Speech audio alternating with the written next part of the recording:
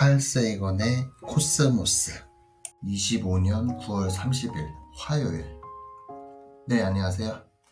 하루 한 번 삶에 대한 끄적임 110일째 되는 아침입니다.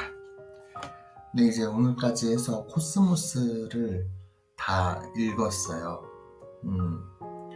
한 일주일 정도 걸린 것 같은데 사실 가볍게 접근해도 괜찮은 책인 것 같아요. 이게 그렇게 막 읽기 어려운 책은 아니거든요. 그래서 쭉 읽으면 되는데, 하지만 담고 있는 내용이 좀 방대하고 벽돌책이기 때문에 읽는데 좀 시간이 걸려서 그렇지, 읽는 데는 그렇게 어렵지 않았던 책이었던 것 같아요. 대신에 읽고 나면 느껴지는 감정은 뿌듯함, 그리고 감동, 그리고 스스로에 대한 깨달음, 여러 가지 감정을 느낄 수 있기 때문에 꼭 한번 읽어야 되는 책으로 추천하기에 진짜 손색이 없는 그런 책이었던 것 같습니다. 네, 오늘도 제가 책 내용에서 메모했던 거를 읽어드리고, 그리고 뒤에는 제 생각까지 한번 정리해 보겠습니다. 인간의 배우려는 열망이야말로 생존을 위한 도구이다. 하나의 종으로 인간을 특정 지을 수 있는 것은 감정이 아니라 사고할 수 있는 능력이다. 대뇌의 피질이 사람을 동물에게서 해방시켜 인간을 인간답게 만든 주인공이다. 책을 일주일에 한 권씩 뗄 수 있다고 해도 도서관이 소장한 책의 기껏해야 1000분의 1 수준밖에 안 된다. 정말 중요한 것은 몇 권을 읽는가보다 어떤 책을 읽는가에 달려있다. 두 척의 보이저 탐사선이 지금도 별들을 향해 날아가고 있다. 여기에 실린 음반은 지구인이 느끼는 우주적 고독감, 이 고독에서 벗어나고 싶은 신경, 외계 문명과 접촉하고 싶은 우리의 갈망 등을 표현하고 있다.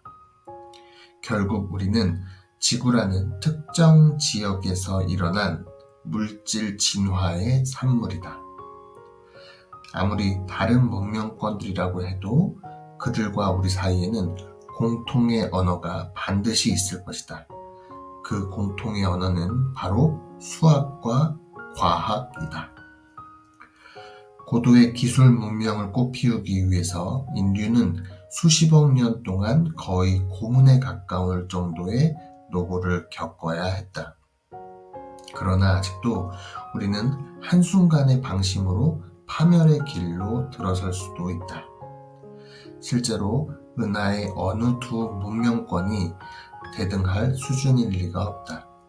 그 어떤 대결에서든 항상 한 문명이 다른 문명에 비해 절대적인 우위를 차지할 것이다. 인류의 전쟁 동기와 전쟁 성향이 2차 세계대전 후에 변했다는 증거는 전혀 찾아볼 수 없다. 오히려 재래식 무기와 핵무기 모두 점점 더 가공할 수준의 위력을 발휘하는 것으로 개량되었다.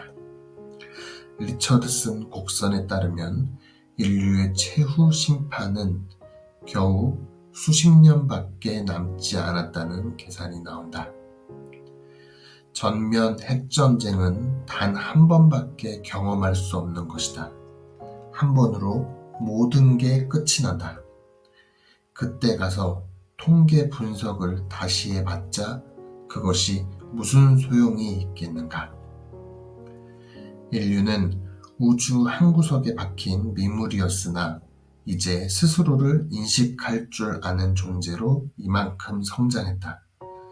우주의 한 구석에서 의식의 탄생이 있기까지 시간의 흐름을 거슬러 올라갈 줄도 알게 됐다. 우리는 종으로서의 인류를 사랑해야 하며 지구에게 충성해야 한다. 아니면 그 누가 우리의 지구를 대변해 줄 수 있겠는가? 우리의 생존은 우리 자신만이 이룩한 업적이 아니다. 그러므로 오늘을 사는 우리는 인류를 여기에 있게 한 코스모스에게 감사해야 할 것이다. 네, 이렇게 코스모스 대장정을 마무리를 지었습니다. 와, 정말 감사한 책이네요. 살면서 꼭 한번 읽어야 되는 책으로 꼭 추천해드리고 싶고요.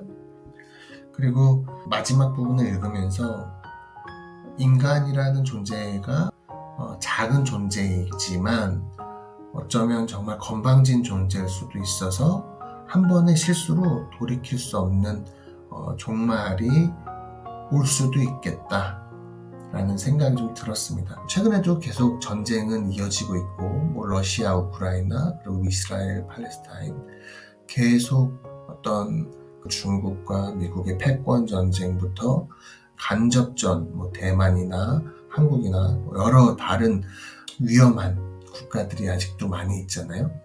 그런 것들이 언제 도화선으로 인류의 위협을 가할 수 있는 전쟁까지도 가능성은 항상 존재하기 때문에 그 점을 염두에 둬야 할 것 같습니다. 우리가 어떤 우주의 주인공이듯이 판단할 것은 아니라고 개인적으로 생각이 듭니다.